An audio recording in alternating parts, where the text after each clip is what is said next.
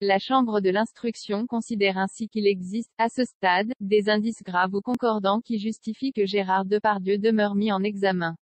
C'est ce que rapporte ce jeudi 10 mars un communiqué de Rémi Haïtz, procureur général de Paris dont Le Parisien a rapporté le contenu. L'acteur reste donc mis en examen pour viol et agression sexuelle. Il a toujours nié les accusations contre lui et avait même demandé la nullité de cette décision de justice prononcée en décembre 2020. Sa demande, formulée en mai 2021, avait été étudiée le 3 février dernier et vient donc d'être rejetée.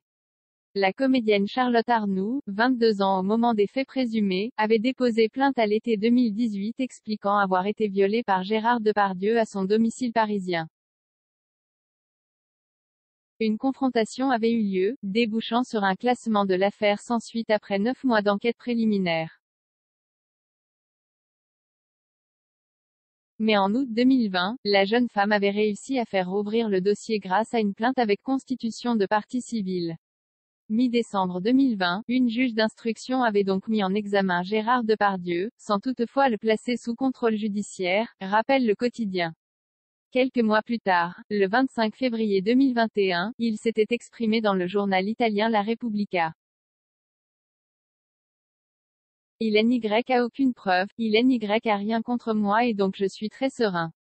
Je ne peux que rejeter le plus clairement possible, comme déjà fait devant les enquêteurs, toutes les accusations. Ce 10 mars, l'avocate de Charlotte Arnoux s'est exprimée dans les colonnes du Parisien, après l'annonce de la Cour d'appel de Paris.